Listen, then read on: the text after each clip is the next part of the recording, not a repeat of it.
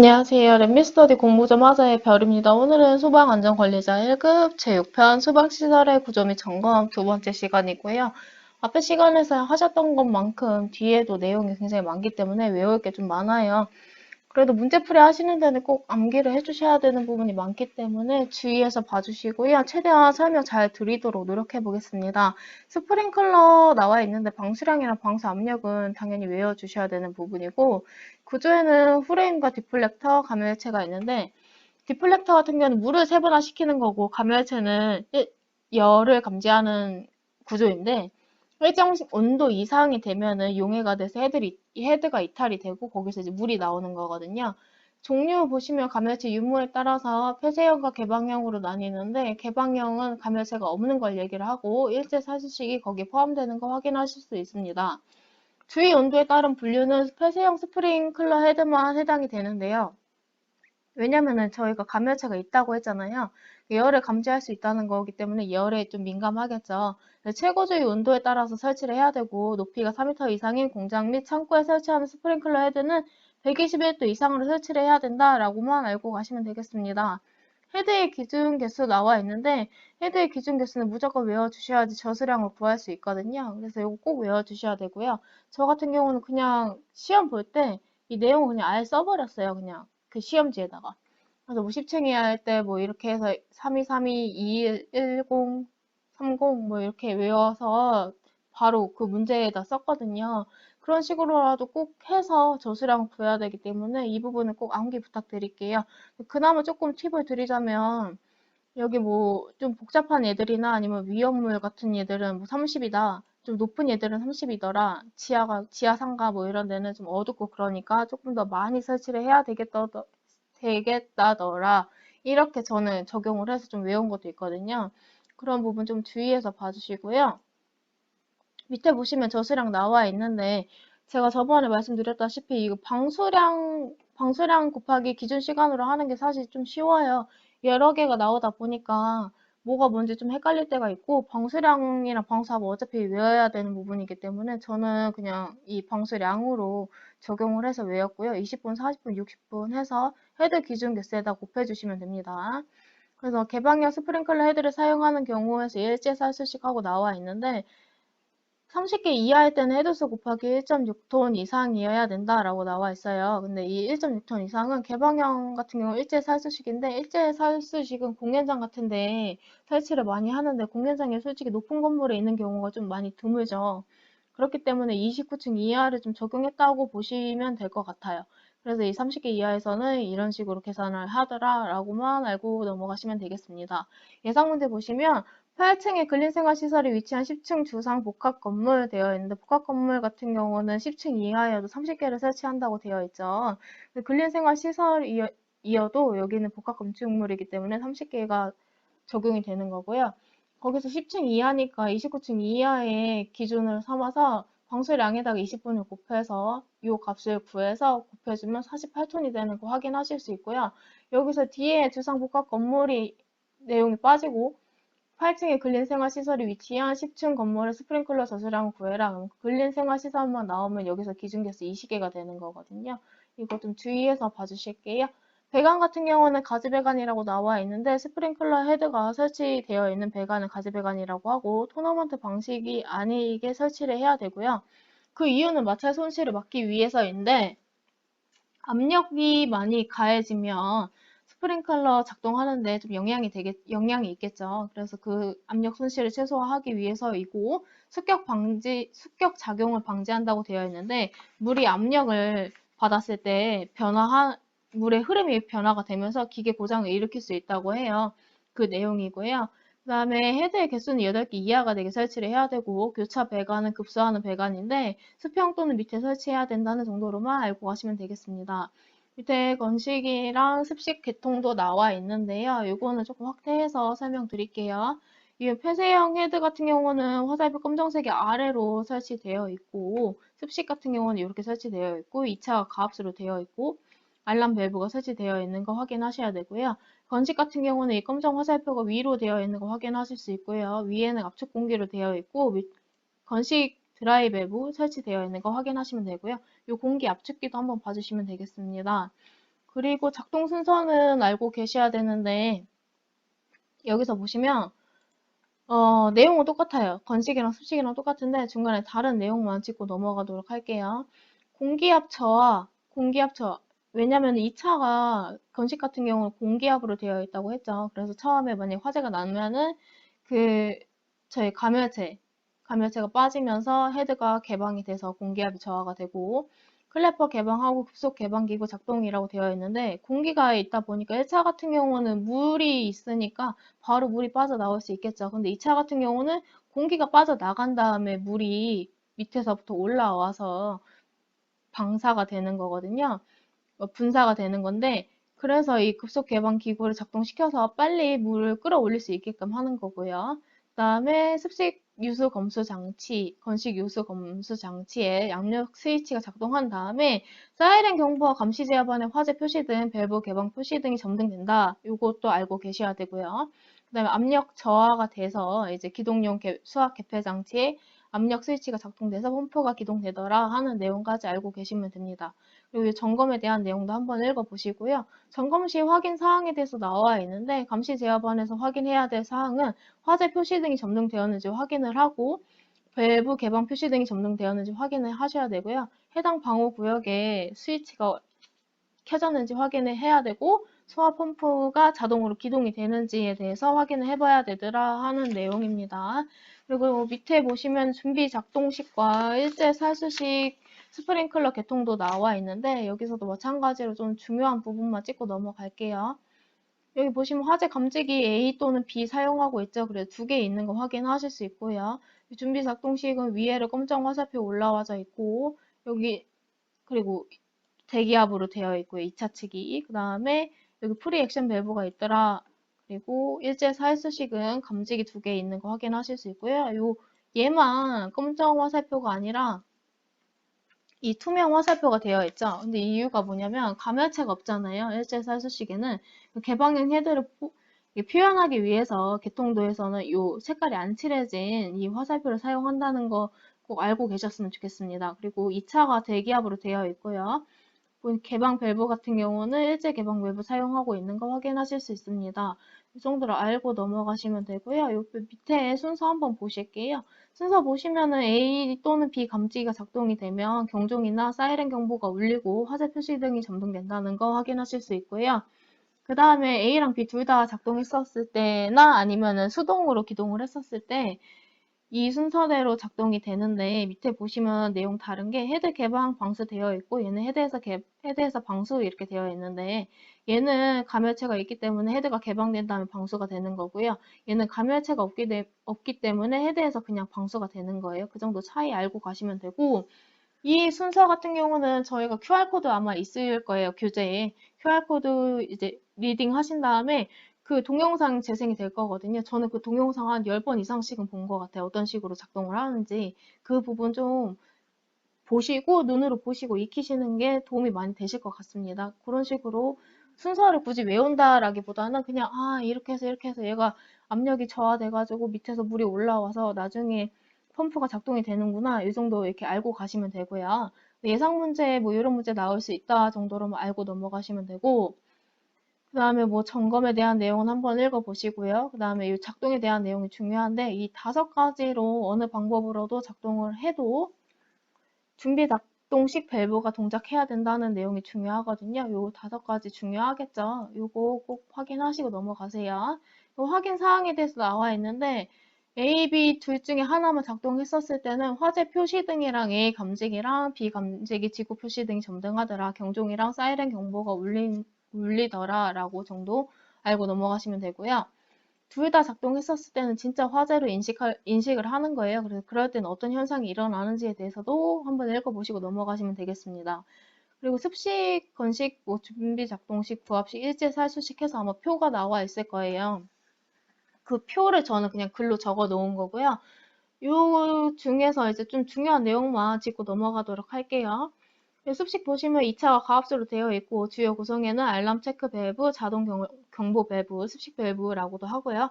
장점에는 공사비가 저렴하다, 소화가 신속하다, 그리고 동계 우려 장소에는 사용이 제한된다. 왜냐면 1차랑 2차 다 물로 되어 있기 때문에 아무래도 겨울에는 좀 얼 수가 있겠죠. 그런 부분에서 단점이 있더라 하는 거고, 물이 바로 나와버리니까 그런 데서 피해가 우려된다라는 거예요. 건식 같은 경우는 2차가 압축 공기나 질소가스로 되어 있고, 주요 구성에는 드라이 건식 밸브가 있고요. 공기 배출기랑 공기 압축기가 있다는 것도 봐주시면 좋겠습니다. 그리고 준비 작동식 같은 경우는 2차가 대기압으로 되어 있고요. 주요 구성에는 준비 작동 밸브와 프리 액션 밸브라고도 하고요. 감지기가 2개 필요했죠. 그리고 수동 기동 장치도 설치되어 있더라. 왜냐면 이게 수동으로도 저희가 눌러서 화재라고 인식을 할 수 있거든요. 그래서 이 기동 장치도 있다는 거 정도 알고 계시면 되고요. 단점 같은 경우는 배관의 부실 시공 우려다. 왜냐면은 대기압으로 되어 있어서 이게 제대로 설치가 되는지 안 되는지 확인을 할 수가 없어서 부실 시공을 할 수도 있다라는 거거든요. 그리고 부합식 같은 경우는 저희가 따로 하지는 않았지만 진공 상태인 걸 얘기를 하는데, 부합은 2차가 부합으로 되어 있고 주요 구성에는 진공 상태를 유지해야 되기 때문에 진공 펌프와 진공 밸브가 설치되어 있더라. 이 정도 알고 가시면 됩니다. 일제 살수식은 주요 구성에는 일제 개방 밸브, 델루즈 밸브라고 하는 게 설치가 되어 있고, 단점 같은 경우는 대량 살수로 인해서 수선 피해가 우려가 된다. 감지기가 별도로 필요하더라. 왜냐면은 일제 살수식은 공연장에서 사용된다고 말씀드렸는데, 여러 개를 많이 설치하다 보니까 물이 한꺼번에 다 같이 살수가 되는 거거든요. 그래서 그로 인해서 물이 계속 빠져나오다 보니까 피해가 우려된다는 내용이에요. 그래서 예상 문제 보시면 준비 작동식 스프링클러에 관한 설명으로 틀린 것은 했는데, 1차, 2차는 대기압으로 되어 있고 진공 펌프가 필요한 거는 부합식을 설명하는 거이므로 틀린 게 되겠죠. 이런 식으로 어떤 게 틀렸는지에 대해서 좀 집어내실 수 있을 정도로는 공부를 하셔야 돼요. 그리고 넘어가 볼게요. 펌프 성능 시험 나와 있는데, 펌프 성능 시험에는 이 1번이랑 2번, 3번 이 밸브들이 이용되더라 라는 정도로 알고 넘어가시면 되고, 최저 운전은 뭐고 전격 부하 운전은 뭐고 최대 운전은 뭐더라 하는 내용이 아마 이렇게 책에 나와 있을 거예요. 그 중요한 부분에 대해서만 잠깐 정지해 놓으시고 줄 치고, 아, 이런 거였구나 라고만 알고 넘어가시면 되고, 이게 나중에 표로 나올 거예요. 그거에 대해서 사실 알고 있으면 이 내용 다 공부했다고 봐도 무방하거든요. 근데 혹시 줄 치실 분 계시면 정지 시켜놓고 줄 치시고요. 저는 줄 치셨다는 가정하에 뒤로 넘어가서 설명해 보도록 하겠습니다. 그리고 나서 근데 약간 조그만 글씨로 어쩌고저쩌고 나와 있는 게 있어요. 거기 보시면은 이런 내용이 나오거든요. 근데 이게 시험 문제에서 나왔었어요. 이 2가지 정도만 알고 넘어가시면 이게 시험 문제로 나왔을 때 틀릴 위험은 없을 것 같거든요. 이 내용 확인하시고 이 부분도 좀 알아주시면 좋겠습니다. 펌프의 성능 곡선과 펌프의 성능 판단에서 나와 있는데, 저는 이 표를 그려서 시험 문제를 풀었어요. 표 그리는 게 이해가 쉽더라고요. 뭐 여기가 0일 때 유량을 기준으로 외웠는데, 0일 때 이게 압력이 빠져나오는 물이 없으니까 압력이 제일 높은 게 140이었고, 그 다음에 얘가 100일 때 얘도 100으로 나와야 되고, 압력도 100%로 작용을 해야 되고, 물이 많이 빠져나가니까 배관에 물이 많이 빠져나가면 압력이 그만큼 약해지기 때문에 65%가 되더라, 이런 식으로 외웠거든요.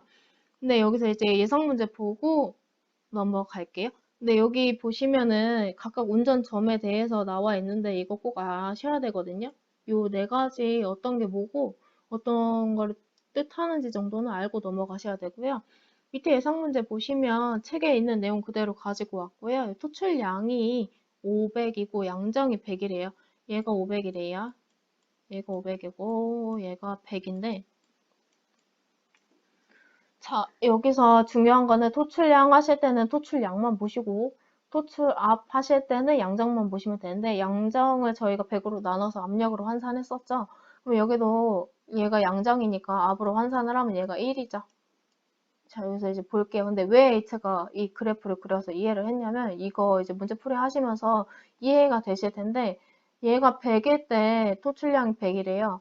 그러면 일단 토출량만 보시면, 이 토출량이 이게 1의 기준이겠죠. 이게 101이죠. 결국엔 얘 자신이 지금 1로 봤었을 때거든요. 왜냐면 100에 100% 하면은 얘가 1이죠. 그러니까 얘는 500이 되는 거고, 여기서 토출량이라고 했으니까 얘가 지금 토출량이 500인데 얘가 150% 나왔을 땐 몇이 되느냐 해서 500에다가 150을 곱해주면 얘는 750이 되는 거고요. 여기서 기준은 다 리터예요. 여기 리터로 나와 있죠. 얘는 기준은 다 리터고, 토출압 같은 경우는 토출압을 하실 때 사실 이게 필요해요. 이 표가 필요해요. 보시면은 토출량이 0일 때 얘가 140이죠? 그러면 이 값에다가 140%를 곱해주는 건데 100분의 140 하면은 얘는 1.4죠. 1.4 메가파스칼 되는 거 확인하실 수 있고요. 여기서 100%일 때는 얘 그 자신 100에다 100% 곱해주면 얘는 1 곱해주는 거랑 똑같으니까 얘는 1 메가파스칼이 되는 거고요. 그 다음에 여기 이제 150일 때 0. 여기 65%가 된다고 했는데 100분의 65 하면 0.65죠. 1에다 0.65 곱하면 얘는 그냥 0.65가 되는 거예요.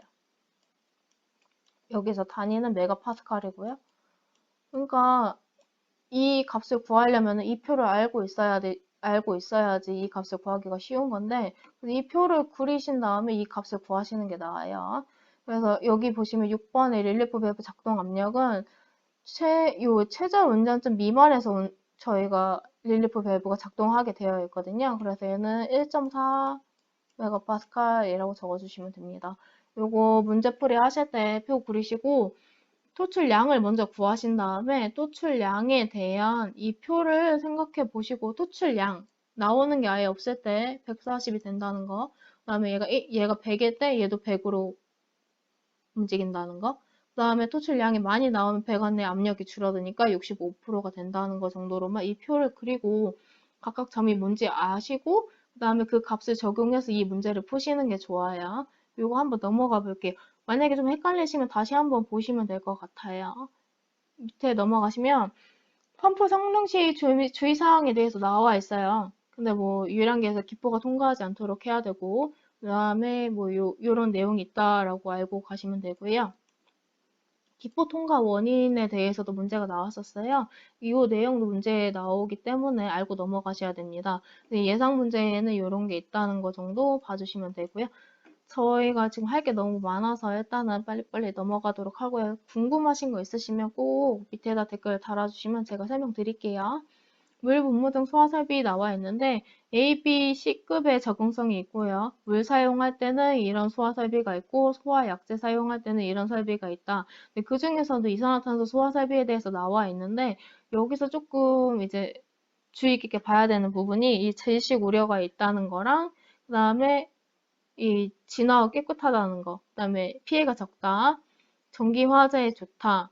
근데 여기 같은 경우는 설비가 고압이어서 특별한 주의와 관리가 필요하다. 그리고 이게 이산화탄소가 기온을 낮춰주기 때문에 동상의 우려와 소음이 크다라는 정도. 이 표를 어쨌든 알고 계셔야 돼요.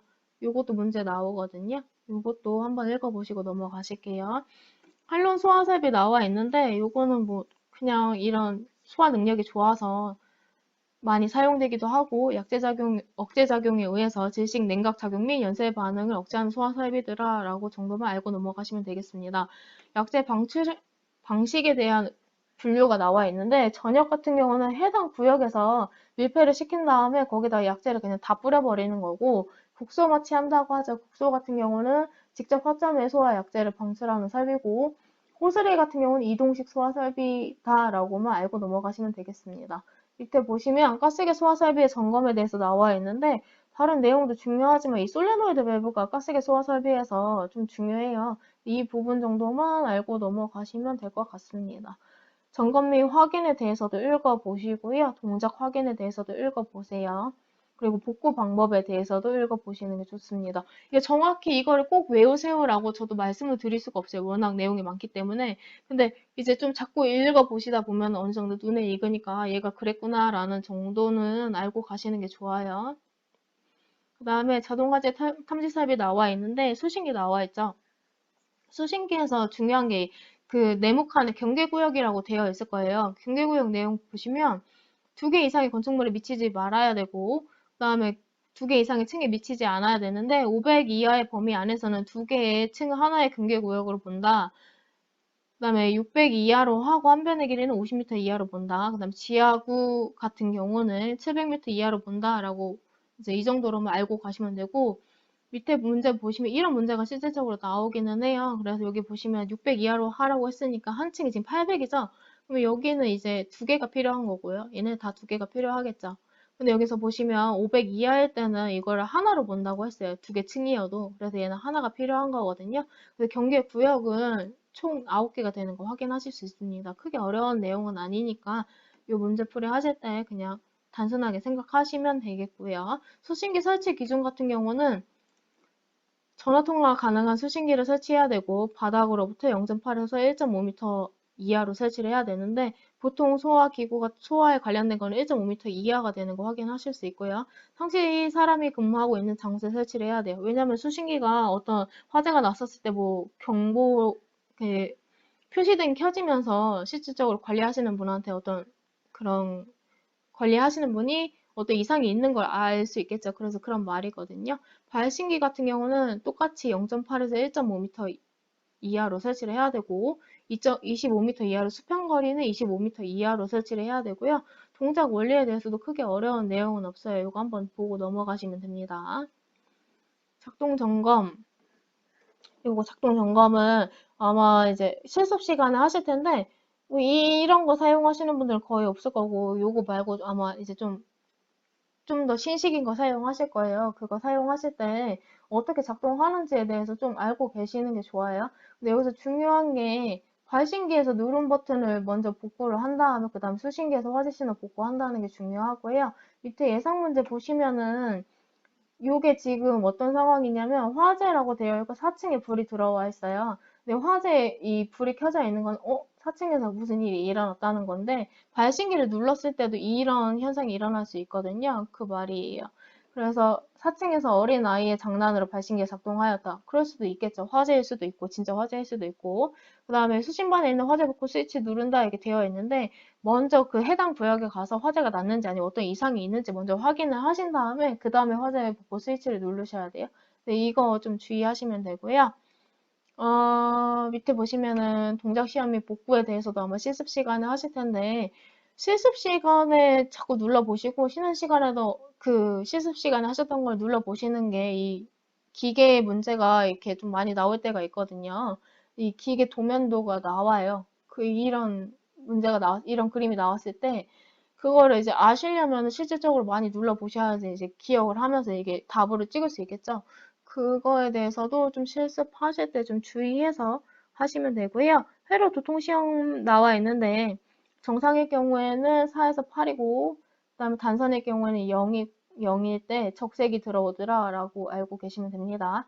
예비 전원 시험에는 19에서 29가 전압계가 정상인 경우고 22일 때는 낮음이고 노란색으로 나오고 24일 때는 정상이고요. 녹색이고 26일 때는 높음으로 나오고 빨강색 이 표시등이 들어온다는 거 아시면 되겠습니다. 근데 여기서 이제 스위치 주의등이 전멸된 상태래요. 켜진 거죠. 스위치 주의등이 켜진 상태인데 스위치 주의등이 왜 켜지냐? 버튼이 뭔가 눌러져 있으면 스위치 주의등이 켜지거든요. 그래서 이 답을 골라주시면 되겠습니다.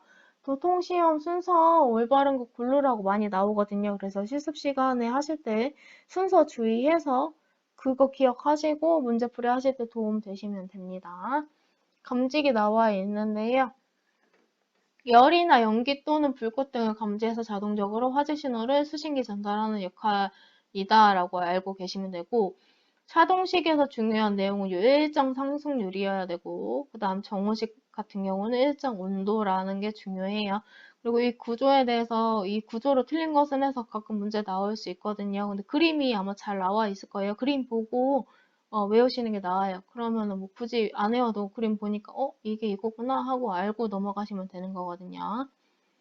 그래서 예상 문제 보시면 정원식 스포트용 감지기 설명으로 틀린 것은 했는데 주위 온도가 일정 상승률 이상일 때 작동하더라. 요거 틀리죠. 일정 온도 이상일 때 작동하는 게 정원식이에요. 이런 식으로 문제 나올 수 있으니까 주의 깊게 봐주시면 되겠습니다.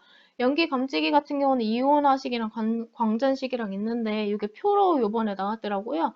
표 보시고 그냥 확인하시면 되고요. 딱히 어려운 문제는 없어요. 근데 여기서 이제 예상 문제 보시면은 연기 감지기에 대한 설명을 틀린 것은 했는데 광전식 같은 경우는 광속의 반사를 일으키는 것을 이용한 연기 감지기다 이렇게 나와 있는데 그냥 반사가 아니라 이 산란 반사 산란 반사라는 내용이 중요해요. 이 정도로만 주의 깊게 봐주시면 돼요. 감지기 설치 유효 면적 나와 있는데 이 차동식이랑 정원식이랑 나와 있고요. 차동식이랑 보상식이랑 똑같아요. 그래서 따로 보상식에 대해서 적지는 않았고요. 저는 이 정도로만 외웠어요. 9754, 7643 이 정도로만 외웠고 이 밑에 같은 경우는 저는 위에 부분만 외웠는데요. 이 첫 번째에서 반값이 여기거든요. 그 정도로만 알고 계시면 됩니다. 그래서 요거 문제풀이 하실 때 이렇게 예상 문제 나올 거예요. 3000인데 주요 구조부가 내화 구조로 되어 있다고 했죠. 여기 이제 내화일 때랑 아닐 때랑 구분이 되어 있거든요. 요거 보시고 3000일 때 1종을 설치하려고 하니까 1종90이겠죠. 근데 여기 높이가 3m 미만이니까 이게 90이 되는 거고요. 3000을 90으로 나누면 33점 얼마가 나오지만 저희가 부족한 몇 개 설치해야 된다고 했죠. 그래서 여기는 34가 되는 거고요. 4000인데 2m인 곳에 보상식. 보상식도 차동식이랑 똑같다고 했어요. 그래서 2종을 설치한다고 했죠. 그래서 요게 지금 적용이 되는 거고 얘는 지금 내화 구조가 아니잖아요. 그래서 요게 적용이 되는 거고 4000에다가 40을 나누면 100개가 답이 되는 거 확인하실 수 있습니다. 딱히 어려운 내용 아니고 요 내용만 알고 있으면 요거에다 그냥 대입해서 풀면 되는 거거든요. 그러니까 어려운 거는 그냥 암기하는 거지 문제풀이가 어려운 건 실질적으로 없어요. 근데 암기가 동반돼야 되니까 조금 어려운 건데 9754, 뭐 7643 이렇게 해서 얘는 얘 반값이더라 해서 이렇게 외우시면 되는 거니까 쉽게 말씀드려서 죄송하지만 꼭 암기는 필요해요. 그래서 꼭 이 부분도 알고 넘어가셔야 돼요. 다음은 음향장치에 대해서 나와 있는데요. 25m 이하다. 층마다 설치를 하는데 수평거리 25m 이하이고 1m 떨어진 곳에서 90dB 이상으로 설치해라. 이 정도로만 봐주시면 되고 경보 방식도 문제가 나와요. 저는 2번 다 나왔던 것 같아요. 네, 전층 경보 같은 경우는 4층 이하이거나 5층 이상인데 29층 미만이거나 연면적 3000제곱미터 이하의 경우에는 전층 경보다. 이 정도로 정리를 하고 넘어가시면 되고 이게 좀 되게 어려워요. 이렇게만 보면 좀 어려운데 저는 그냥 이렇게만 외웠거든요. 근데 아까 저희 제어반 그림 나왔었죠. 제어반 그림 나오고 뭐 5층까지 있는데 4층에 불이 들어온다든가 이런 경우가 있거든요. 그래서 그런 거에 주의해서 문제 푸시면 되는데 밑에 예상 문제 보실게요. 5층 연면적이 3000제곱미터인 4층에 지구 표시등과 화재 표시등이 점등되었대요. 알맞은 경보 방식은 돼 있는데 이게 제가 말씀드린 제 문제에서 나왔던 건데 화재 표시등은 분명히 5층까지 있었어요. 근데 4층에 불이 들어왔어요. 근데 여기 같은 경우는 5층 이상이어도 여기 이 조건 자체가 5층 이상이고 연면적 3000제곱미터 초과 건축물이에요. 그러니까 2개 다 만족을 해야 돼요. 이게 진짜 중요하거든요. 2개 다 만족을 해야 되는데 얘는 4층에 불이 났는데 5층 이상이 아니기 때문에 전층 경보예요. 무슨 말인지 아시겠나요? 분명히 4층에 불이 났는데요. 여기 이제 5층도 이상이어야 되고, 연면적도 3000 이하이어야, 3000을 초과해야 직상발화인 견인데, 지금 5층 이상이기는 한데, 연면적이 3000제곱미터 이하이기 때문에 이 조건을 만족을 2개 다 못 시킨 거죠. 하나가 이하인 경우니까. 그래서 얘는 전층 경보가 돼야 되는 거거든요. 요거 아마 실무교육책에 이 문제 나와 있을 거예요. 그 실무교육책 문제 나중에 제가 또 정리가 되면 알려드리겠지만 실무교육 부분이나 문제 한번 보시고 확인을 해보시는 게 좋습니다. 이 부분이 중요해요. 2개 다 만족해야 된다는 거. 아까 제가 좀 설명 잘못 드린 것 같은데 5층 이상 건물이지만 3000제곱미터 이하이므로 초과가 안 돼가지고 얘 같은 경우는 전층 경보를 해야 된다는 게 중요합니다. 넘어갈게요. 시각경보장치는 청각장애우 분들을 위한 거고 3개는 그렇게 나와 있지만 저는 장애우 분들이라고 말씀드릴게요. 그 다음에 시각경보장치는 시각으로 경보를 해주는 장치인데 청각장애우 분들을 위한 거고 높이 설치를 해야 다른 사람들이 있어도 볼 수 있겠죠. 그래서 이것만큼은 2에서 2.5m 내에 설치를 해야 되고 천장 높이가 2m 이하인 경우에는 0.15m 이내 아래에 설치를 해주면 되는 겁니다. 그리고 배선 같은 경우는 송배전식으로 하는데 도통 시험을 원활하게 하기 위해서 배선을 이렇게 송배전식으로 한다는 것 정도로만 알고 가시면 되고요. 비화재본은 화재가 안 났는데 화재가 난 것처럼 된 건데 그런 상황에서 실제 화재 여부를 확인을 하고 가서 아까 말씀드렸지만 발신기까지 가서 이게 진짜 화재가 난 건지 아니면 어떤 오작동에 의해서 난 건지 해당 구역으로 가서 화재 여부를 확인을 하고 근데도 만약에 누가 눌렀거나 아니면 뭐가 잘못되어 있는 경우에 이제 조치를 취해라 이거거든요. 그래서 비화재보 원인 제거를 하는데 뭐 요런 내용이 있다라고 알고 넘어가시면 되겠습니다. 자, 그 다음에 비상 방송 설비 나와 있고요. 실내는 1W 이상으로 한다. 실외는 3W 이상으로 하고 수평 거리는 25m 이하로 하고요. 증폭기 및 조작 장치는 0.8에서 1.5 이하이다. 피난 구조 설비 나와 있는데 표로 아마 나와 있을 거예요. 그 중에서 중요한 것만 말씀드릴게요. 여기 보시면 피난용 트랩은 다중 이용업소에서 사용 못하고요. 왕관기 같은 경우는 노유자 시설이나 의료시설에서 사용 못하고 간이 왕관기 같은 경우는 3층 이상에서만 사용 가능하고요. 안전매트는 공동주택에서만 사용 가능하고 왕관기는 재사용이 안 된다는 게 중요해요.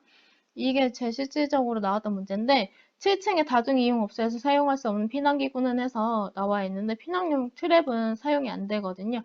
이 다중이용업소에서는 피난용 트랩 사용 안 된다는 거 알고 넘어가시면 되겠습니다. 이 인명구조기구에 대해서는 그냥 읽어보시면 되고 어려운 내용은 없어요. 비상조명등 같은 경우 인력수 이상으로 하더라 20분 이상으로 해야 된다.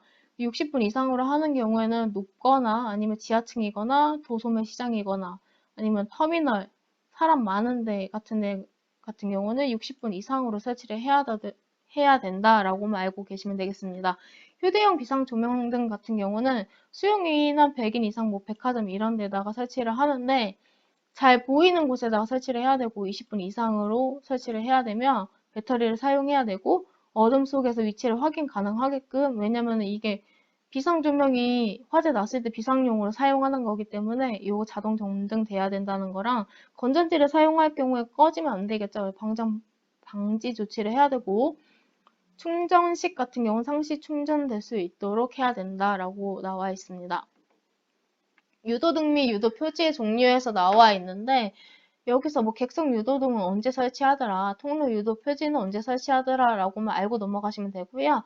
여기서 유도등 설치 나와 있는데 이렇게 반으로 나눠서 저는 뭐 순서가 아마 좀 다르게 나와 있을 텐데 반으로 나눠서 피난 거실, 복도 계단으로 해서 1m, 1.5m 이렇게 기준 두고 외웠습니다. 요거 객석 유도등 설치 개수 이거 문제로 많이 나오거든요. 요거 어려운 거 아니죠. 직선 부분의 길이에다가 4로 나눈 다음에 마이너스 1만 하면 돼요. 그래서 20m일 때는 20에서 4로 나눠주고 거기서 마이너스 1만 하면 요거 4개가 답이더라 요거거든요. 어려운 거 아니고요. 유도등 3선식 배선 가능한 곳 되어 있는데 이게 뭐 때에 따라서 일반으로 사용하다가 갑자기 뭐 화재 시에는 뭐 불이 들어오는 구조가 이제 3선식이라고 생각하시면 되는데 이런 장소에 사용하더라. 자동으로 점등되는 경우 화재 난 것처럼 됐을 때 자동으로 점등이 된다라고만 이런 경우에 된다라고만 알고 계시면 되고 요 문제가 실질적으로 나왔으니까 요것만 알고 계시면 됩니다. 소화 용수 설비 나와 있는데요. 뭐 이런 거는 그냥 읽어보시면 되고요. 요게 중요해요. 채소구. 채소구 문제도 꼭 나오거든요. 그래서 아마 2번 다 나왔을 거예요. 저도. 그래서 어느 부분에 설치를 하냐라고 되어 있는데 2m 이내에 소방차 2m 이내 지점까지 접근할 수 있는 부분에 설치를 하고 그다음에 4.5m 이하에 있을 때 소화 수조나 저수조가 밑에 있을 때 지하에 있을 때고 저수량은 어떻게 구하느냐 요게 진짜 문제로 많이 나오는 건데 저수량 구한 다음에 최소구 설치수까지 구해라 라고 하는 문제가 되게 많이 나와요. 그래서 요거랑 요거 같이 묶어서 외워주시는 게 좋고요. 바닥 면적 1, 2층 바닥 면적 합계가 15,000제곱미터 이상인 건축물은 7,500으로 나누고 그 외의 거는 12,500으로 나눠주시면 되고요. 거기다가 곱하기 20톤을 해주시면 돼요. 소수점 이하는 제가 말씀드렸지만 올려주시는 게 좋습니다. 소화 관련된 거는. 예상 문제 보시면 이 최소고 설치수도 한번 보고 예상 문제 넘어갈게요. 요거일 때는 1개, 40에서 100일 때는 2개, 100 이상일 때는 3개라고 나와 있는데 예상 문제의 3만인데 5층 건물에 1, 2층의 바닥 면적 합계가 만이래요. 그러면 이럴 때 저수량과 세수량을 구하라고 되어 있는데 3만을 일단은 이게 지금 만이죠. 만 같은 경우에는 15,000이 안 되는 거죠. 그러니까 12,500으로 나눠야겠죠. 이 12,500으로 나눠서 여기다 20톤 아까 곱해주라고 했죠. 그러면 2.4가 나오는데 여기서 이제 올려줘야 되겠죠. 그래서 3이 돼요. 3에다가 얘를 나눴을 때 2.4가 되는데 이걸 올려서 20을 곱해주는 거예요. 60톤이 나올 거예요. 근데 이 62톤은 여기 이 중간값에 들어가겠죠. 그래서 이게 채수구는 두 개가 필요하더라 이런 내용이고 연면적이 25,000인데 1, 2층이 15,000일 때는 15,000이 넘어가면 7,500으로 나눠라 했는데 이 나눔 값에다가 이 3. 얼마가 나오는데 거기다 20을 곱하니까 80이 나오죠. 근데 여기 중간값이 되는 거니까 이때도 채수구는 두 개가 설치되는 거 확인하실 수 있습니다. 문제 크게 어려운 거는 아니에요. 이것도 그냥 적은 부분만 암기하고 넘어가시면 돼요. 다음은 소화활동 설비 나와 있는데요. 뭐 이런 게 있다라고 정도만 알고 계시면 되고 연결 살수 설비에는 뭐가 있다. 근데 이 구성 요소에 대한 문제가 가끔 나와요. 이 구성 요소. 예상 문제 보시면 연결 살수 설비의 구성 요소가 아닌 것은 했는데 방수구 아니고 방수기구함은 아니에요. 방수구랑 방수기구함은 송수관 설비에 들어가는 거지 살수 설비에 들어가는 거 아니거든요. 요거 문제로도 많이 나온다고 했으니까 요 구성 요소에 대한 것만 좀 차이점만 알고 가시면 되겠습니다. 제한 설비 같은 경우는 계단실 또는 부속실에 공기압을 높여서 옥내의 연기가 계단실 및 부속실 안으로 침입하는 것을 방지하는 것을 말하는데요. 설치 목적에서 중요한 내용은 이 피난자의 안전 도모라는 내용이 중요해요. 배연 설비랑 조금 헷갈리실 수 있거든요. 배연 설비는 거주자의 피난을 위한 거고 재연 설비는 피난자의 안전 도모를 위한 건데 예상 문제 보시면 거주자의 피난을 도모한다 아니고요. 피난자의 안전 도모를 위해서 만들어진 겁니다.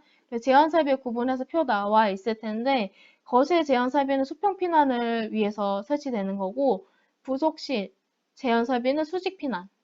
그래서 보면 계단이나 승강기, 승강장, 부속실 이런 데에서 이제 이 부속실 급기 가압 제한 설비가 이용되고 있는 거거든요.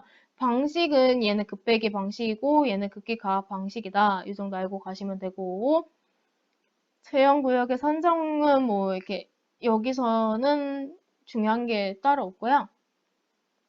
차압은 40파스칼 이상이어야 된다. 스프링클러 설치됐을 때는 12.5파스칼 이상이어야 된다. 그 다음에 이 개방력은 110뉴턴 이하여야 된다라고 나와 있어요. 근데 이제 방연 풍속이 중요한데 얘만 다르죠? 이 부분만 외워주시면 돼요. 그래야 이제 나머지는 어차피 0.5니까 얘만 외워서 그냥 문제풀이 하시는데 무리 없거든요. 얘만 외우시면 되고요. 요것만 봐주시면 됩니다. 예상 문제 어떻게 나오냐면 부속실만 단독으로 제한할 경우에 부속실이 면하는 옥내가 거실일 때 방연 풍속은 하고 나와 있는데 0.7메가파스칼 이상이다. 요것만 찍어주시면 돼요. 작동 순서는 뭐 이런 게 있는데 여기서 중요한 게 고정식 제형 커튼은 감지기와 작동이 관련 없다는 게 중요하고요. 그다음에 거실 제한 설비는 배기팬이랑 급기팬이 설치되어 있는 거고 전실 제한 설비는 급기 댐퍼가 있고요. 플랫 댐퍼가 있더라. 이 정도 알고 가시면 됩니다. 그래서 여기 예상 문제 보시면 고정식 커튼, 제형 커튼은 감지기가 작동 시 하강한다. 이거 아니고요. 이동식 커튼만 하강하는 거예요. 요거 예상 문제로 나올 수 있으니까 요거 보고 넘어가시면 됩니다. 다음으로 넘어가 볼게요. 거신 제한 설비 작동 상태 확인 나와 있는데 요거는 그냥 읽어보시면 되고요. 비상 콘센트 설비도 높이는 똑같이 0.8에서 1.5가 되겠고요. 수평거리 얘만 좀 특이해요. 얘는 50m죠. 얘만 좀 다르거든요. 다른 애들이랑. 근데 여기서 이제 바닥면적 3,000 이상이 되는 수평거리 25m 이하이더라. 이 정도만 알고 넘어가시면 되고 나머지는 읽어보시면 되겠습니다. 여기에 외우실 내용도 많고 아마 좀 이해 안 되시는 내용도 많겠지만 그래도 기본적인 것만 외우고 문제풀이 하시고 문제풀이 하실 때 가장 좋은 거는 어떤 문제가 나왔을 때 그 표를 그냥 바로 그려버리고 바로 적용을 하는 게 가장 중요하거든요. 그런 부분에서 헷갈리지 않도록 중요한 부분만 좀 암기 부탁드릴게요. 이 6편이 저한테도 가장 힘든 부분이었고 아마 일반적으로 시험 보시는 분들도 많이 포기하고 넘어가시는 부분인데 제가 말씀드린 부분만 조금 이해하고 넘어가시더라도 충분히 좋은 점수 내실 수 있을 것 같거든요. 그래서 많이 외워주시고 많이 노력해 주시면 감사하겠습니다. 저는 이만 물러나도록 하겠습니다. 오늘도 수업 들어주셔서 감사합니다.